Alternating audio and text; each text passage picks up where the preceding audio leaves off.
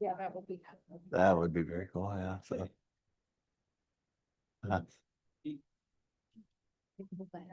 Right.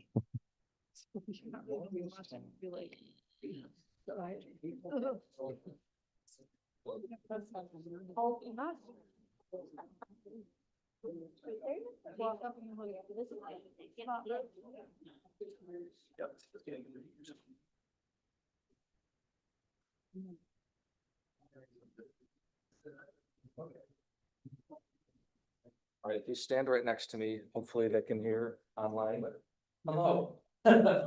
It's 7 o'clock, we're gonna start. But my name is, this is the like power source, so you'll just share with Jared, right? My name's Jacob, I am the person who sends you emails if you get those, but I'm just introducing our presenters tonight. Leith and Jerry are gonna talk to you about Michigan's 4th of July traditions that have been in our capital cities, so Detroit and Lansing. I'm gonna plug next month, we will be doing our annual cemetery tour again. Although due to road construction down on Mount Hope, we're gonna bump over to Evergreen Cemetery this year instead of Mount Hope Cemetery. So a new setting, but we'll talk about some interesting people still. You'll get an email about that with directions to avoid Mount Hope and probably use Aurelius Road instead to get over there if you're coming from Lansing Way. So I'm gonna give it to Jerry so he can start, but enjoy. Thanks for coming. yeah. Good evening, everybody. So let us remember what we celebrate on the 4th of July. The unanimous Declaration of Independence of the 13 United States of America. When in the course of human events, it becomes necessary for one people to dissolve the political bands which have connected them with another, and to assume among the powers of the earth the separate and equal stations to which the laws of nature. I'm supposed to move my cue card here. Go. Not working. Don't show this again. Let's say okay to that. Oh, okay. Is it? See if that works. Ooh. There you go. There we go. Okay.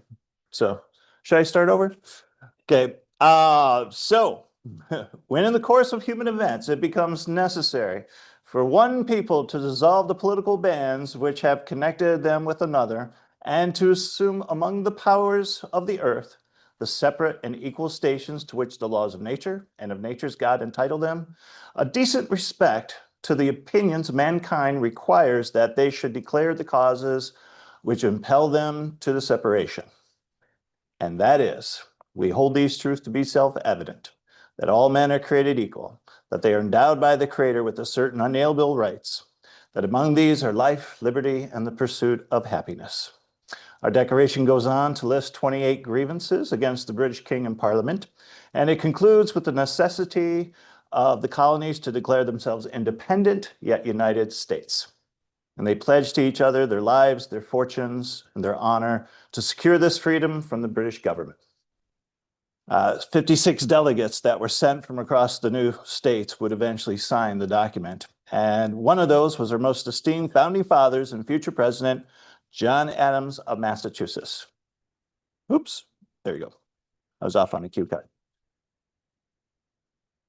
Okay. He wrote to his wife Abigail about the day that Congress voted for its independence. I'm apt to believe that it will be celebrated. Yep. I'm apt to believe that it will be celebrated by succeeding generations as the great anniversary festival. It will be commemorated as the day of deliverance by solemn acts of devotion to God Almighty. It ought to be solemnized with pomp and parade, with shows, games, sports, guns, bells, bonfires, and illuminations from one end of the continent, from the other, from this time forevermore. So John Adams was actually referring to the date of July 2nd because that's when the Continental Congress voted for independence. But since the actual declaration wasn't formally adopted until July 4th, that is the date that we actually celebrate our great festival. So he may have gotten the date wrong, but John Adams certainly nailed how Americans for generations were going to celebrate the 4th of July independence. And this presentation will take a look back at how folks in Michigan and all our state capitals and state capital cities celebrated throughout the years the 4th of July celebration.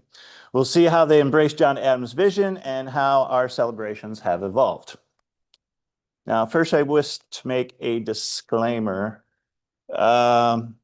I wish to make a disclaimer that our 4th of July celebrations have always been either a local government celebration or a private affair, and never really a state-run celebration. Okay, and this was because our 4th of July has always been either customary and officially state or federal holiday. So our Capitol buildings have generally been closed for the 4th. So sorry for the spoiler. So, okay, everybody please stick around for the rest of the presentation here. Now, let's begin with our first capital city and Capitol building. Okay, opened up in 1828. It served as our first territorial capital. The colonial style building, featuring a bell tower that rose to about 100 feet, was a significant landmark in Detroit for many years. However, I found no mention of 4th of July celebration ever being held here. So how and where did the early Detroit inhabitants celebrate the 4th of July then?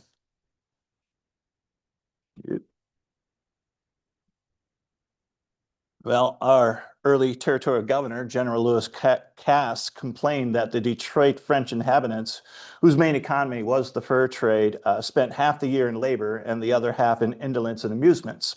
So if anyone was up for a 4th of July party, it was definitely going to be the citizens of Detroit.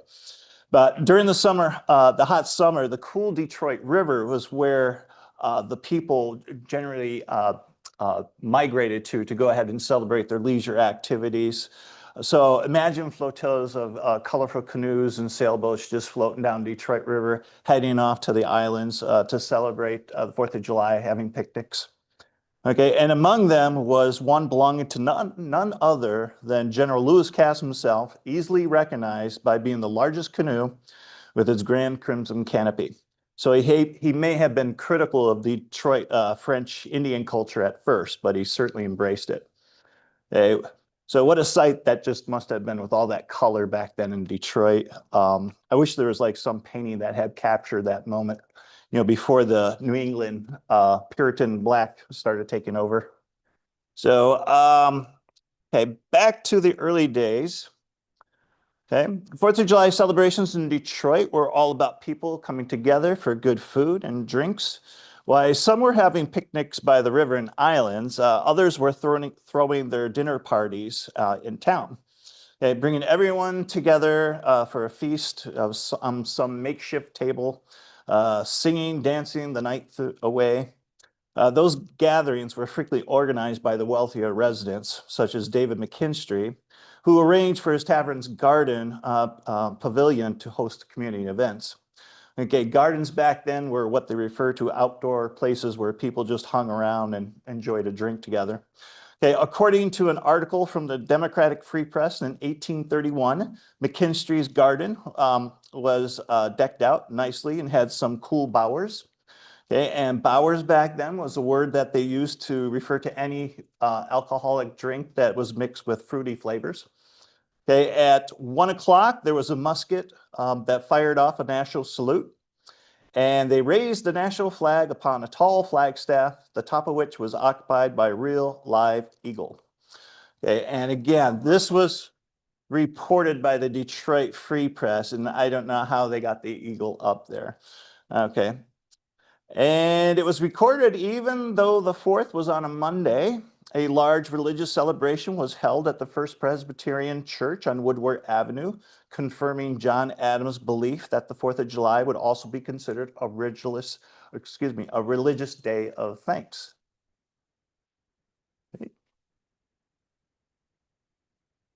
Moving on. Okay, now all new flags would make their grand debut on 4th of July. Following the state's admission into the Union. And Michigan on July 4th of 1837 hoisted up the new United States 26-star flag. Okay, outside a tavern owned by John L. Smith, there was a sumptuous banquet and they made toast.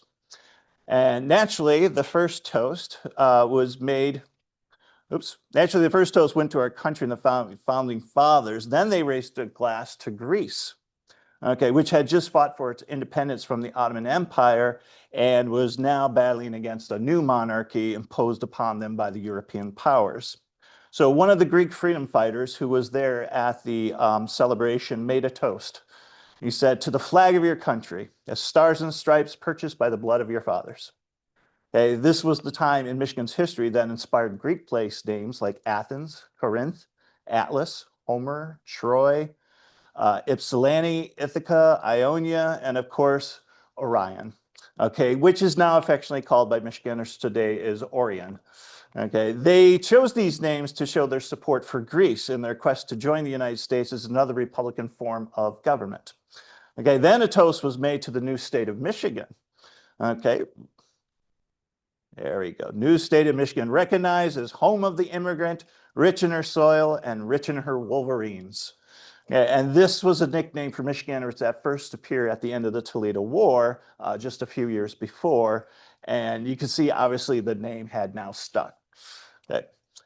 So the first 4th of July parade of Detroit that was first mentioned was in 1838. Okay, and that was, it marched down Grand Avenue through various other streets and finally ended up down Woodward Avenue to finish in front of the City Hall. Okay, the participants in this parade consisted of the city's officials on horseback, followed by soldiers of the American Revolution, pulled along in carriages. They were followed by the city's volunteer firefighters marching in uniform and pulling their fire engines behind them. And at City Hall, the Declaration of Independence was read, and that was followed by a speech by the future mayor of Detroit, James A. Van Dyke, who would be the person that the main road from Detroit to Warren was named after. Okay. In 1839, a special guest was to attend our 4th of July celebration in our capital city of Detroit. The newly appointed commander of all the United States forces, General Winfield Scott. He was taking a tour of the Great Lakes military defenses, including Detroit, and a special invitation was sent out for him. He failed to show up on time because I guess transportation just wasn't very reliable back in those days. Or it could have been he was deliberately avoiding any diplomatic issues with the British government, as another special guest and Canadian freedom fighter, General McLeod, was also invited. Okay, General McLeod was in exile following the failed Patriot War in Canada the year before in 1838. The celebration was to be held at the Woodworth Hotel, and a huge dinner served over 300 people. Now, even though we didn't have the commander of the U.S. Army, we still had at this event the commander of the Great Lakes Military District. Okay, and that was the 70-year-old Honorable General Hugh Grady, who had just recently arrived to Detroit.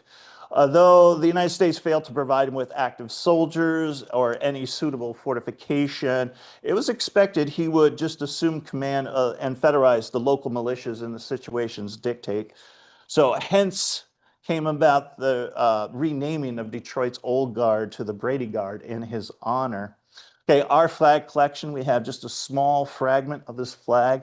The original flag itself was destroyed in a fire in this Capitol building here in 1931, but we still have a small fragment of this flag.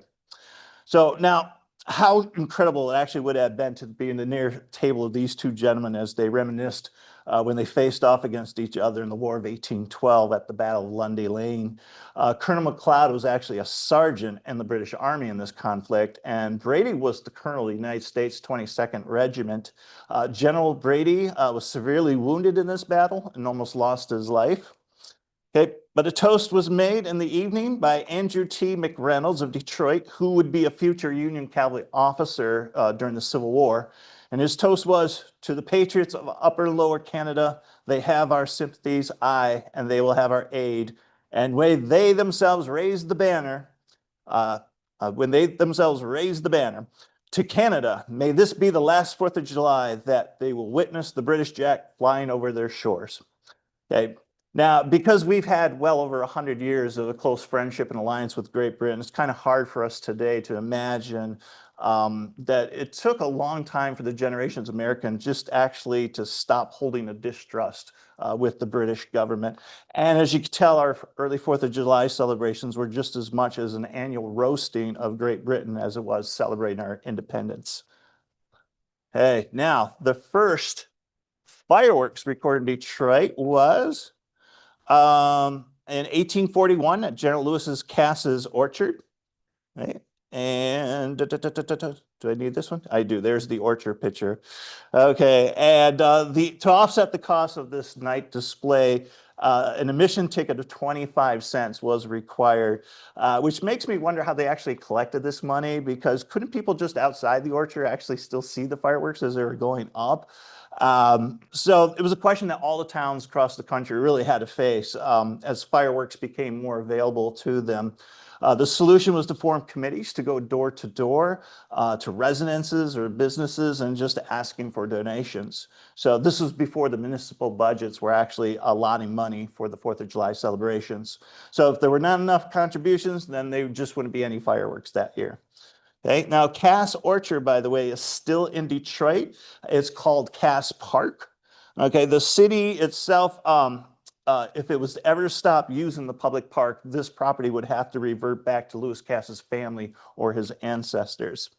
Okay, now General Lewis Cass, besides being territory governor of Michigan for many years, he was also Michigan's United States Senator for many years. And on the 4th of July in 1845, he had the honor of being the keynote speaker of the renaming of Hog Island. And it was called that because this is where the French let their pigs just safely roam free. But over the years, it transformed into a charming getaway for Detroiters. So it was time to give it a more charming French name to describe beautiful, and that was Belle Isle. Okay, now the island would still be privately owned by the Campeau family until the city purchased it and purchased the 982 acres in 1879 for a grand sum of $200,000. And for many generations, Detroit people there have held on to fond memories of their 4th of Julys on Belle Isle, and that is still true with the generation today. Okay. Now, we're going to go ahead and shift our 4th of Julys to the howling wilderness of Lansing in 1847. Okay, at that time, there was no town here, and they just started clearing out land and built a temporary wooden Capitol building. So with so few people in Lansing at this time, how did the people here celebrate it? Okay, during this time, you have to still understand the fur trade was still a main part of central Michigan's economy. The Grand River Valley was where the Native Americans, the Potawatomi, the Ottawa tribes thrived, hunted, and practiced their agriculture. Okay. Some of the names of the former chiefs of these family tribes, like Cohoes, Muckatucket, Okemos, Powamo, continue to be place names around the Grand River Valley today. Okay, the first recorded Independence Day celebration in this region took place in the year of 1834 at the confluence of Grand and Maple Rivers. And this is where the town of Muir is at today. The early pioneers there gathered and sung Hail to Columbia and the Star-Spangled Banner. The natives who attended sang along as best as they could. A pole was raised, but not with a flag on top of it, but a carved eagle with the spread wings representing the United States emblem. A sumptuous feast was served with game hunted from the woods and fish from the river. A hole was made in the ground with an auger tool for digging fence posts, and gunpowder was set off in it. This was the substitute for firing off a cannon salute. Now, if we transition back to Lansing, by 1855, the town had grown quite significantly in less than 10 years to about 2,000 people. And by this time, Lansing had 2 artillery companies. And it became a tradition for the town to be woken up on the 4th of July by actual cannon fire as they fired off salutes for each state in the Union, which would be like 30 to 33 salutes at that time. The 4th of July had praise of company militias marching in front of the Capitol building. Older soldiers from the American Revolution and veterans of the Mexican-American War took part in these parades, either in carriages or on horseback.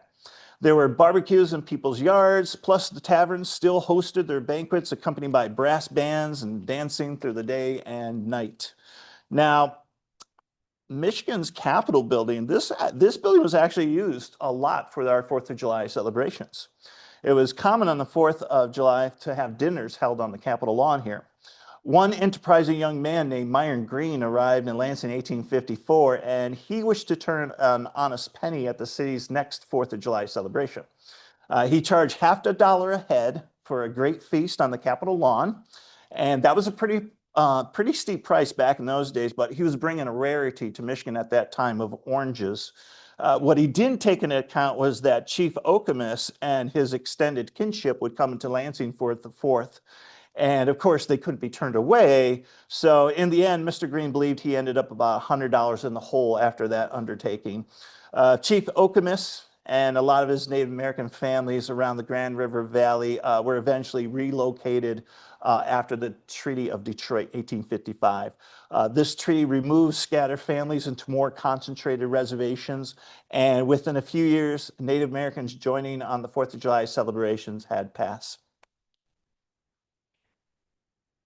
Now, families that traveled to Lansing to celebrate the 4th, some came as far as 20 miles away. They came generally by buckboards with women and children riding and men walking beside them, guiding the oxen. Every farmer's family had packed a big basket filled with roast ham, roast pork, roast chicken, homemade bread with plenty of butter to spread on, homegrown peas, sweet with brown sugar, and homemade cakes. And they would wash those down with ceramic jugs. They kept liquids cool, like water or milk, or occasionally their homemade whiskey. Also, ice cream and red lemonade could be purchased in town. So it was said that every feed barn in Lansing was crammed to capacity with farm horses and oxen. There was no mention of fireworks display during this period of the 1850s in Lansing, but for those who wished to witness a loud boom, there was the traditional firing of the anvil. Okay, and I had to look this up, and it's just as it sounds. Okay, so you're going to take one anvil, place it on the ground, pour gunpowder over on top of it, then put another anvil upside down, light it, and then run away as fast as you can. And this would result in a very loud explosion, which would propel the top anvil up into the air, much to the delight of everybody in the vicinity. So these 4th of Julys would have a lasting impression on a whole generation, as they would often be looked back on, reminiscing about the bygone days of the old-fashioned 4th of Julys that were once held in Lansing. Now, those 4th of Julys were shattered after 1861, when the American Civil War began. Many young boys and men from around the Lansing area flocked to enlist into the Union Army. For the 4th of July in 1861, there was a parade that was held here in Lansing, and that included Lansing firefighters, the Lansing brass bands, the Williams Light Artillery, a wagon featuring a small young girl dressed as Lady Liberty. Now, a patriotic speech, whoops, did I go too far? I did go too far, I apologize. Okay, a patriotic speech was given here you can see by the Chief Justice, a future Chief Justice. He'd be the future Chief Justice of Michigan Supreme Court, James Valentine Campbell. And he called upon everyone in attendance to remember to honor the dead who had fought for the birth of our country, and called upon them now to defend the U.S. Constitution and preserve our republic. So the city secretary for the 4th of July committee, A.C. Winters, wanted to add a great fireworks display during this presentation. This would have been the first time fireworks were ever fired off in Lansing, but since there weren't enough subscriptions, it just couldn't happen. And this was because a lot of the money was already raised for the war effort. So, and this is where the Michigan Agriculture College had to come in. Okay, and it was established in 1855. You can see here that the first course taught was in tree and stump removal. The college put Professor Thurber in charge of their 4th of July festivities. The man was recorded as being eccentric but brilliant. 5,000 or so more people managed their way to the college at dusk for a 13-gun salute. Music was provided by the DeWitt Cornet Band. We have anybody from DeWitt here? No? Okay, yay. Are they the Panthers? So, okay, they're the Panthers. Okay. So music was provided by the DeWitt Cornet bands. Hundreds of Chinese lanterns of red, white, blue were lit. And then the first recorded fireworks in Lansing area were fired off by Professor Thurber. Okay, during this exposition, two large balloons lifted up into the air. One representing the Union rose to the great delight of everybody. And one was a simple red and white striped balloon that was supposed to be representing the Confederacy. And that barely rose, and soon it leveled right back down to the ground, much to the cheers of the audience. Now, I just felt I should mention here too, the first graduating class for the Michigan Agriculture College was in that summer of 1861. These gentlemen here in this picture graduated. And all of these men enlisted into the Union Army and spent their next 4th of July's engaged in frantic battles at Fair Oaks in Virginia, the Battle of Gettysburg in Pennsylvania, the Siege of Petersburg, Virginia, the Atlantic Campaign. Second Lieutenant Gilbert Dickey here, he died the first day at the Battle of Gettysburg on July 1st, which also happened to be his first wedding anniversary. Okay, now the city of Lansing's Secretary of the 4th of July Committee, A.C. Winters, the one that wanted to raise money for the fireworks, he joined the United States Navy, and unfortunately, he would die of yellow fever either on the day of or the day before the 4th of July in 1864. So while the war raged on over for the next 4 years, hundreds of thousands died for the preservation of our country, and the people of Lansing observed the 4th in their own way, low-key and solemn, not quite festive, but not entirely devoid of patriotic meaning either. Hey, now, when the Civil War was finished in 1865, the Union was preserved, our soldiers were coming home, Lansing had to have a big celebration, and that's exactly what they did. The city was rocked awake again with cannon fire. Returning Civil War veterans marched in parades along the routes of Michigan, Washington, Grand Avenue. They were accompanied by the Lansing City Brass Band, which also included returning Civil War veterans, helping them to play again. They were riding here on the lumber wagon. You can't see this picture, but in that lumber wagon is the Lansing City Brass Band. Notice there's no paved streets at this time in Lansing. With the preservation of the Union and the returning Civil War soldiers, it warranted that we had to have fireworks. And sufficient funds were raised for this, and there was basically a very impressive display that was recorded that evening, marking 1865, the first time the city of Lansing had a fireworks show. Okay, the people of Lansing probably didn't know it at the time, but the 1865 celebration was going to be the last 4th of July held in the city for the next 10 years. And this was because railroads now crisscross the state. Whoops, there we go. Railroads crisscross the states. They provided swift connections to the other towns. Travelers were carried at a pace that was quite remarkable for the time, of averaging 25 miles an hour. It seemed everyone in the city wanted to travel someplace out for the 4th of July. The Lansing Brass Band participated in the 4th of July celebration in Jackson one year. The city firefighters joined a parade in Ionia in another. And the Lansing's local state militia made their way up to Saginaw to take part in yet another celebration in another year. So many individuals in the city, as well as the surrounding countryside, took the trains headed to Charlotte, Mason, Fowlerville, Portland, DeWitt, Grand Ledge, St. John's, to enjoy the more traditional 4th of July celebrations. Any St. John's Red Wings here? That's my kids in front. They're embarrassed, that's why. Hey, oh, I forgot my train. There it is. All right. Now, but in 1875, the mayor of Lansing, Daniel Buck, whose family is one of the founding families of Lansing, called for the city to host an old-fashioned 4th of July, just like he remembered in his youth. Okay. And additional excitement was added to this 4th because it coincided with P.T. Barnum's traveling hippodrome. The hippodrome took place in a large tent on the city's new fairgrounds at the intersection of Washington and Main Street. And this is where the current location of GM's factory plant is today. The hippodrome features circus performances, wild animals, chariot races. There was also a boat race on the Grand River between the Lansing and Battle Creek teams. Okay, there was also balloon ascension, where you could rise up into the sky for a thrilling view of Lansing. And somewhere near the construction of the new Capitol building that was going up, the brick masons held a baseball match against the stonecutters. Okay, and to top it all off, of course, there had to be impressive fireworks launched from the grounds of the Lansing Hotel. Okay, now this is one thing interesting about this 4th of July is that the city council had a hard time deciding which day to celebrate it on, either Saturday, July 3rd or Monday on July 5th. And this is because Michigan had a law that prohibited the sale of alcohol on Sundays. And of course, the 4th of July was always a festive occasion, celebrated with some drinks. The Sunday law had been around Michigan since we were a territory. No alcohol, no games, no sports, no public assemblies on Sunday. So basically, no fun.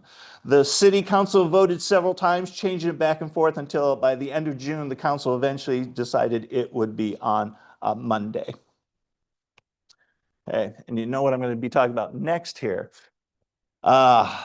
Besides fireworks displays, traveling salesmen came into town selling trunkfuls of explosive merchandise for plenty of hazardous fun. Okay, there were for the kiddies explosive balloons. It was recommended not to use them in the house, like in this picture. Okay, the more common type of fireworks used by the children were these paper triangle firecrackers where they exploded on impact. They created more of a snap sound than an explosion. And in my days, we call these fireworks just snappers. Okay, these were packed with, okay, oops, then we got this one here. The Roman candles that only adults should actually handle. These were packed with different colored powder, and you could light the top end while holding it from the bottom, and just quickly, one by one, different colors would shoot upward right out of the tube. Okay. And that's what it would look like, what they call the Roman candles that were firing off. Okay, so back to the children. Molten hot metal sparklers were very popular. So they were swung around in the air while they're running at full speed. Pinwheels were lit and people would ooh and ah at them as vivid colors would spin around at high speeds, throwing sparks everywhere on the ground. Okay, and then there were these black snakes, which were made up of more harmless sugar, baking soda, and lighter fluid. Okay, but perhaps the most dangerous of the fireworks were these little cannons, which could shoot gunpowder out of. Some people got quite upset when these were fired off in the middle of a crowd, and they were documented to actually mangle fingers of adults and children who were not careful with them. So now, injuries caused by fireworks could lead to infection, resulting in a dangerous condition called lockjaw. And that was a bacterial infection from tetanus. You could actually die from it if it was left untreated. So the best way to prevent infection was applying antiseptic over the firework burn or your cut. And around this time, at the end of the 19th century, antiseptics were available in drugstores. It would become very common for generations of households to have mercurochrome in their medicine cabinets. Okay, and you would know this left a lasting red stain for about 2 weeks, and it stung like hell when it was absorbed into your cut and wound. I may be exaggerating that it lasted for like 2 weeks. No. Now, as big as our celebration was in 1875, just imagine how much bigger the centennial anniversary of independence was going to be in 1876. And surprisingly, there wasn't much of a celebration held in Lansing. Okay, the old Capitol building on Washington Square opened its doors on July 4th. There we go. And a special exhibit was showcasing artifacts, antique artifacts that some were nearly 50 years old. And they basically showed Michigan's history. Okay, in addition, a fundraising luncheon took place on the Capitol lawn to support the soldiers' monument to be placed in Mount Hope Cemetery. Okay, this event was organized by Mrs. Harriet Tenney. You can see here in this picture, and she was the state librarian for the Capitol building. Yay. Hey, however, the Lansing State Journal lamented, "The spirit of 1776 don't fill the air much in this city." When efforts were made to collect subscriptions, one Lansing merchant stated that he was going north to go fish for grayling, and which Michigan fishers would only have about another 60 more years before the grayling would be all fished out of the state. Okay, so no, while other states and towns across Michigan were celebrating the centennial in their grandest style, Detroit boasted that their centennial, they had a parade that lasted an hour and a half. Lansing wasn't really doing anything. However, the city residents could still count on the Agriculture College. Yep, just go down, watch these self-manufactured fireworks from the students, and they would set them off in the evening, and some were quite impressive from what I read. Okay, but sadly, Lansing was just not the 4th of July center of central Michigan anymore. In 1878, the Lansing State Journal sadly wrote the 4th of July in every direction, but none in Lansing. So you would think with the finished construction of Michigan's new state capitol building in 1879, that would help reignite Lansing's love for the 4th of July events. But other than convincing the people of the Capitol building, go ahead and light the building up, turn its gas lighting up to its full illumination in the evening so that they would describe it as like a burning mountain. Okay, which was also done on the 4th of July in 1880 as well. That was about it for big festivities in Lansing. One editorial in Lansing Weekly Republican argued that the neglect of providing any celebration in the city would result in $3,000 to $5,000 leaving Lansing and being spent in other towns. And the people who took trains to Lansing searching for a 4th of July celebration, well, they arrived and they left quite disappointed. So another thing that was happening as the capital city moved into the 20th century was the rise of amusement parks and resorts. Because just northeast of Lansing, the first large public celebration at Pine Lake took place in 1879. This lake is now known as Lake Lansing, and individuals had been purchasing property around the lake and began organizing summer social events at their cabins, making it a very ideal spot for 4th of July celebrations. Okay, the first private resort on the island was established on the south side for spiritualists, okay, seeking to communicate with the afterlife. Okay, this resort was founded by James Hazlitt, whom the town would eventually be named after it. Okay, and any Hazlitt Vikings here?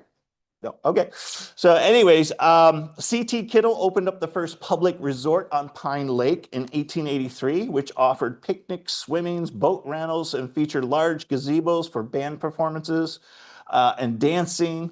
4th of July celebrations there were big, and they held athletic events with prizes awarded. Okay. Moving on to next. A third resort was opened up 2 years later in 1885 by the Hardy brothers. They offered the same as C.T. Kittle's resort, and they would be the first ones to organize fireworks on the lake. Okay, now this lake was the periphery of a very large swamp, and back then people had to watch out for the poisonous Easter rattlesnake called the Mississauga. And one boy was recorded being bitten around the lake, and hopefully he recovered. Okay, so now when the spiritualist James Hazlitt passed away in 1891, his wife donated the land to the Hazlitt Park Association, and the association quickly constructed a full-fledged amusement park on the property. Okay, there was a merry-go-round, carousel, roller coaster, and a tilt-a-whirl, and all these very fun rides were created thanks to this wonderful application of electricity. Okay. Now, electricity also enabled the people of Lansing to travel to the outer parts of town in just a few minutes rather than spending almost an hour walking. This was made possible by the electric interurban system, also known in other parts of the country as electric streetcars or trolleys, which were powered by overhead electric lines. Okay, one electric line ran all the way up to St. John's. Okay. Any St. John's Red Wings here? Okay. Yes. Okay, now when another amusement park was built on the western side of Lansing at the intersection of South Waverly Road and the Grand River, this park was named Waverly Park. And it would compete with Pine Lake Amusement Park for its 4th of July events for years. While it may not have offered the same amenities as Pine Lake, it still provided a pleasant location for swimming and boating along the Grand River. So hopefully you can understand at this point then that with the lure of the city's inhabitants going to the amusement parks nearby or just to the other towns for the 4th of July celebrations, the city had not much use for the fairgrounds that had once hosted the P.T. Barnum Hippodrome years before. So this land was just sold off in 1900 to R.E. Olds, where he would build his famous Oldsmobile plant that is still there today. Okay, which will lead us into our next segment of how our 4th of Julys have evolved over the years, the age of the automobile, and that will be presented by my colleague, Leith Curtis. Okay. Thank you.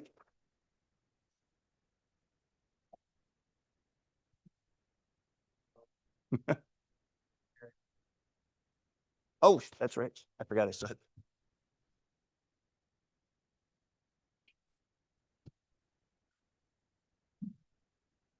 Good evening, everyone.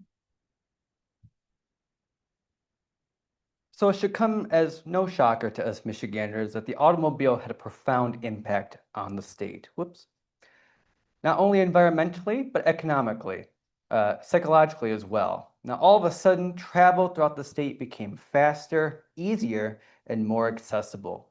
Of course, this led to an increase of travel through Michiganders who populated northern areas such as Gaylord, Traverse City, and Mackinac.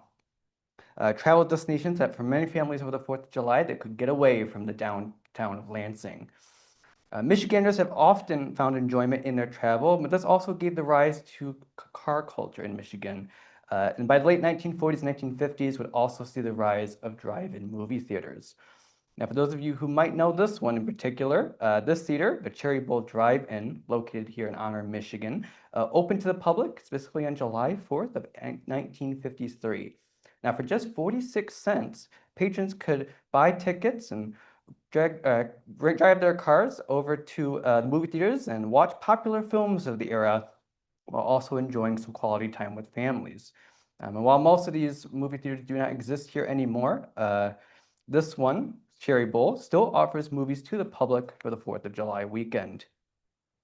Now, if drive-ins popularized car culture here in Michigan, headlines in newspapers often painted a bit of a darker story.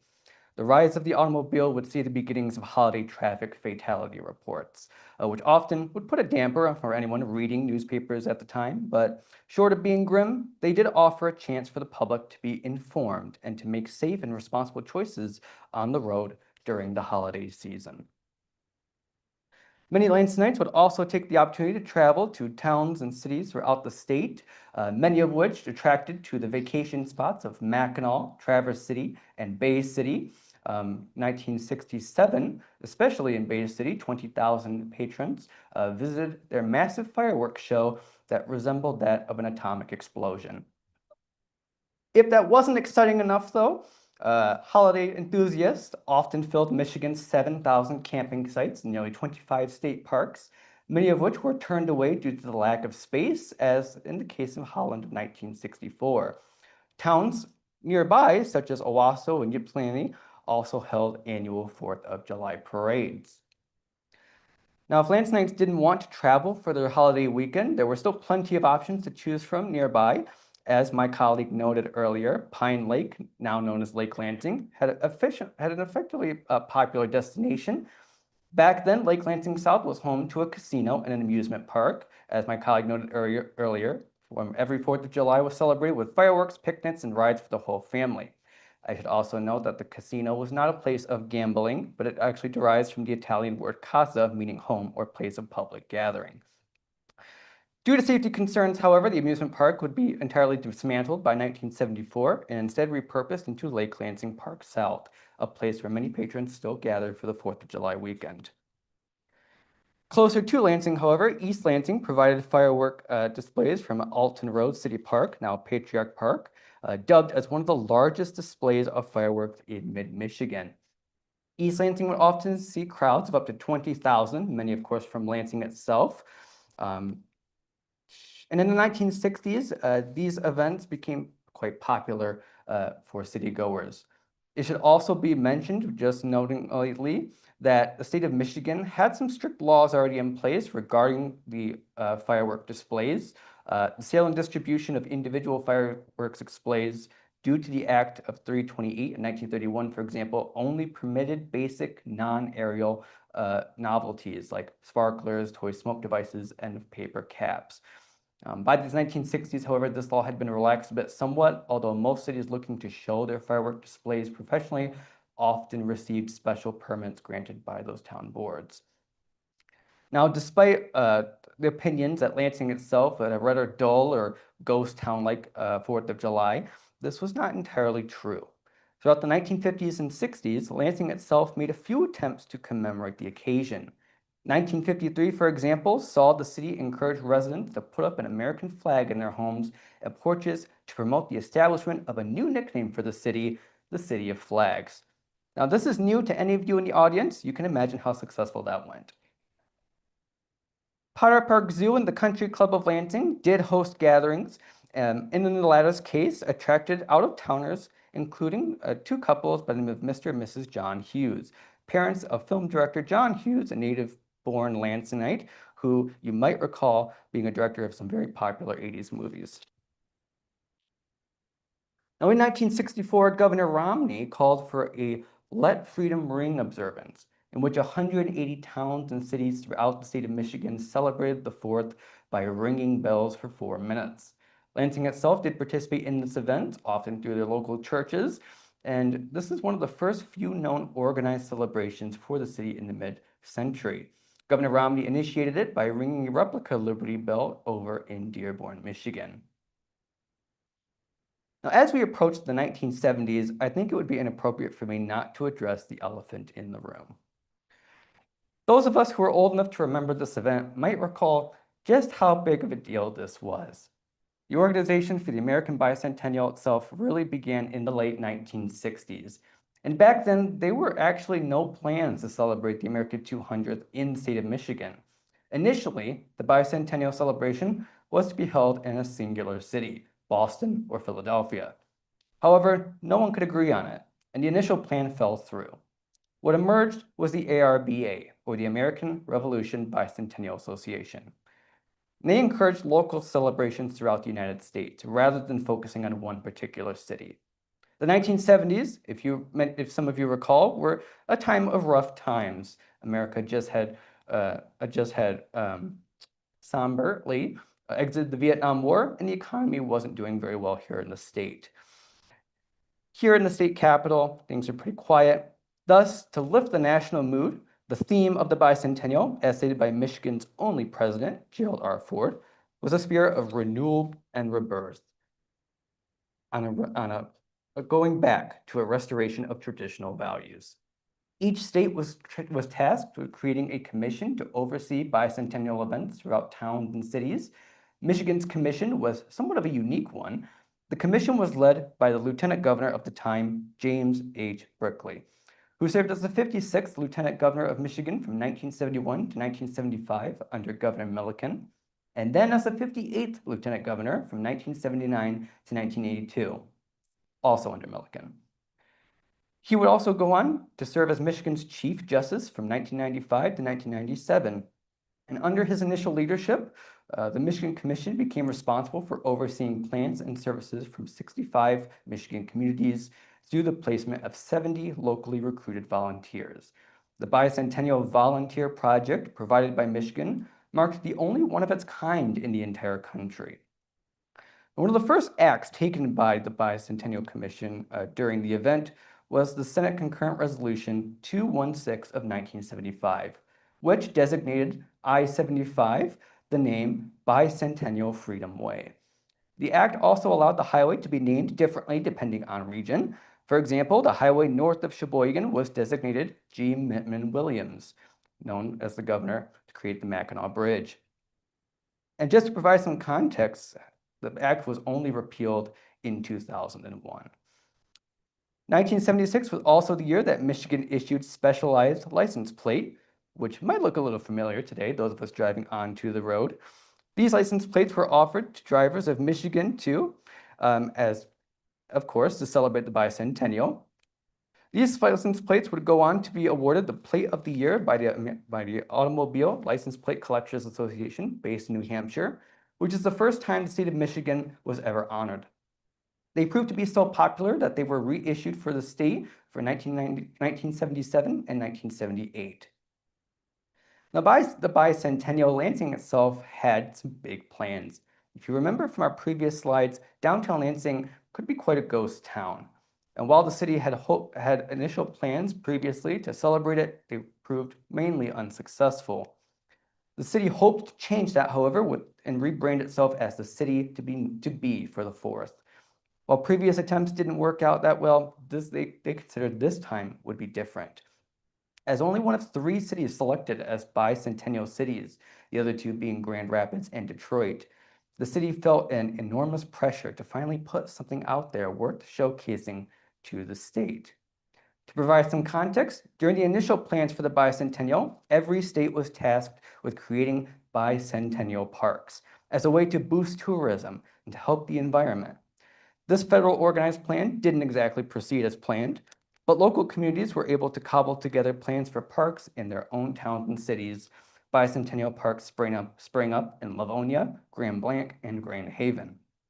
While Lansing itself didn't officially participate, local communities gave permission anyway to build a large public park near downtown for special events.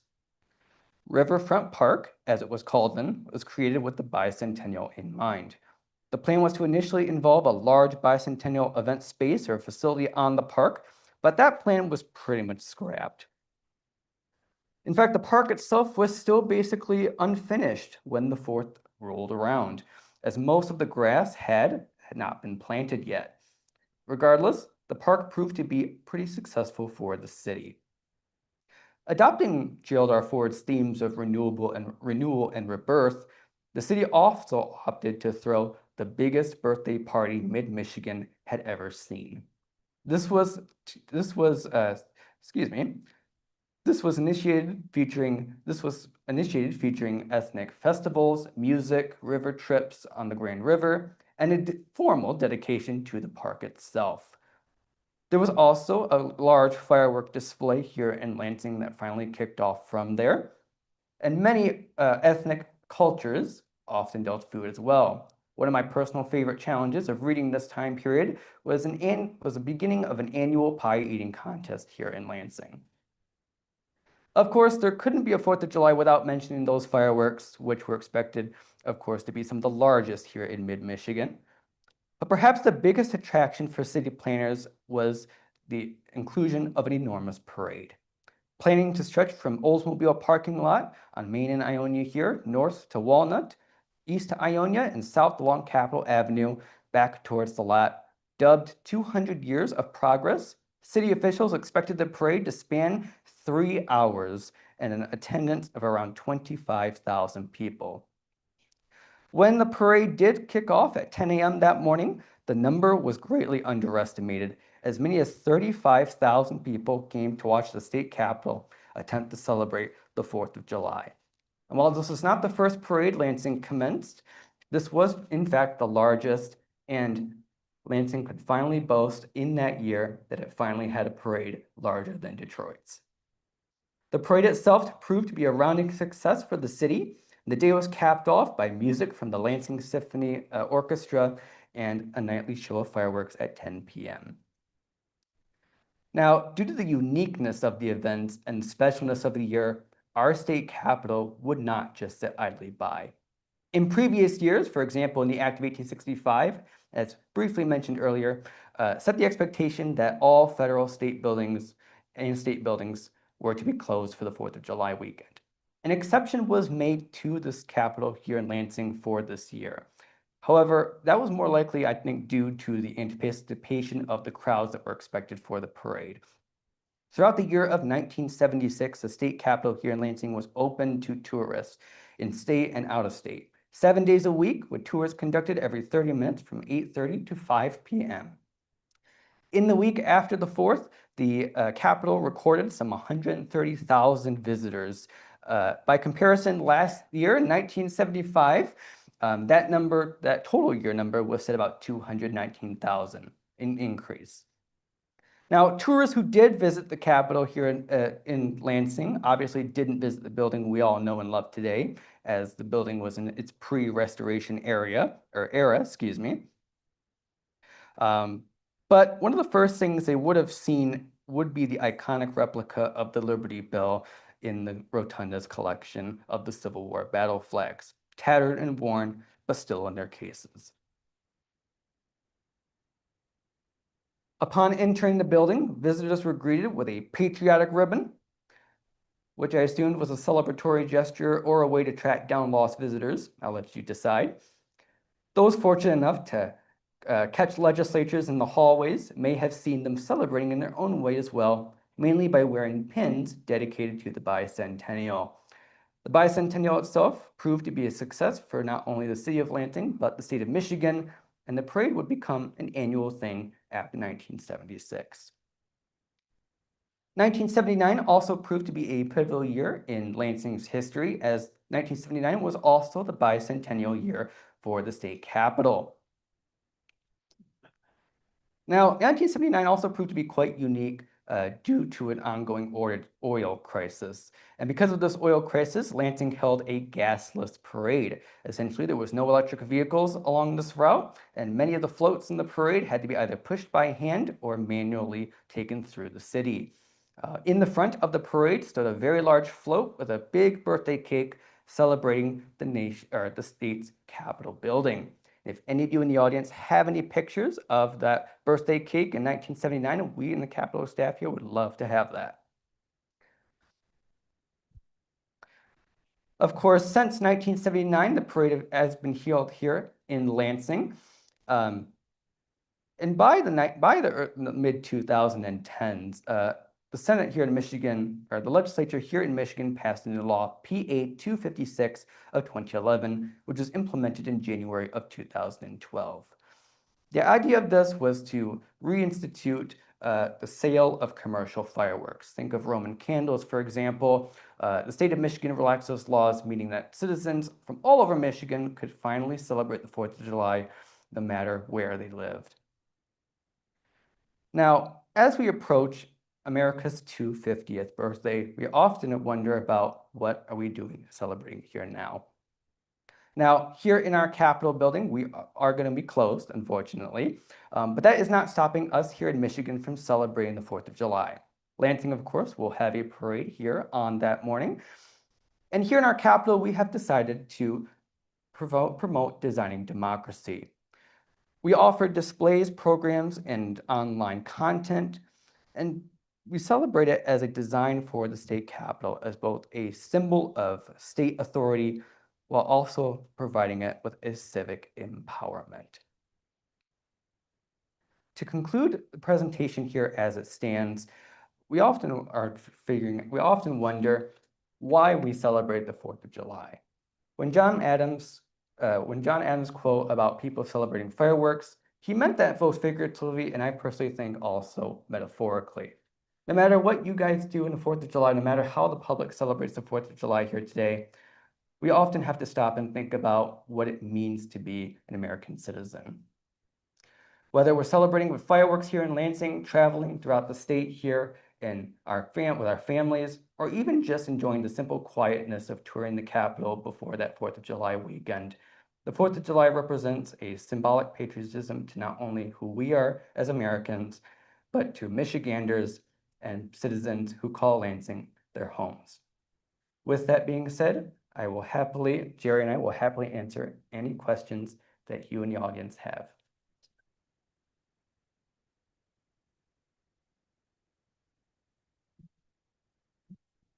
Questions? Yes. Okay, I've got a question and a comment. How do you make lemonade red?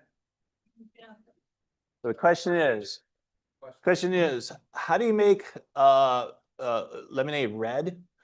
It was like pink lemonade.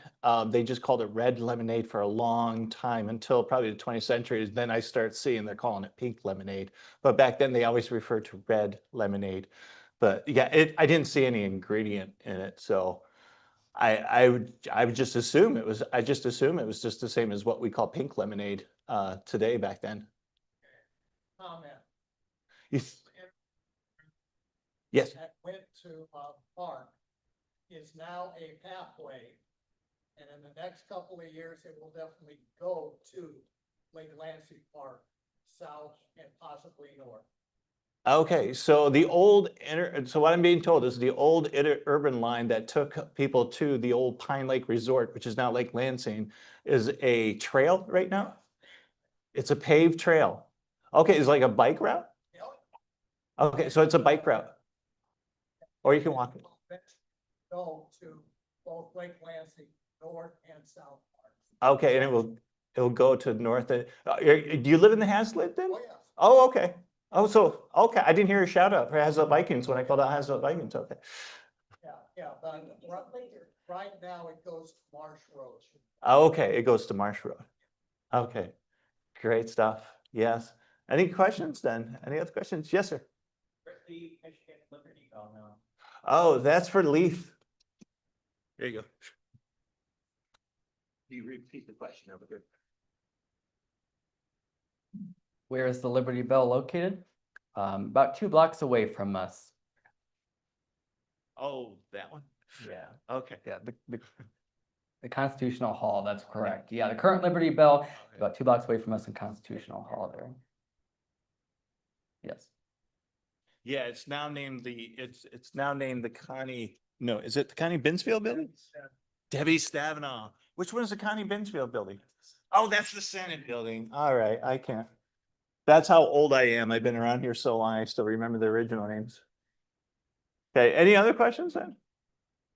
Okay, well, thank you so much. Oh, another question. Yes, over here. Comment. Another comment. Bicentennial lived in South Bend, Indiana, and one of their commemorations was painting the fire hydrants like Revolutionary War.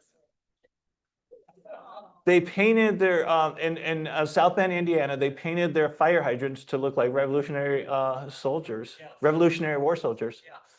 That's unique, yeah. I don't know if Lansing, because Lansing was talking with us, they were talking about what they could do for the 4th of July, and they wanted us to be involved, but we just never became involved, and I don't even know what the city of Lansing, I didn't even know if they're gonna have a parade this year, if anybody knows that here.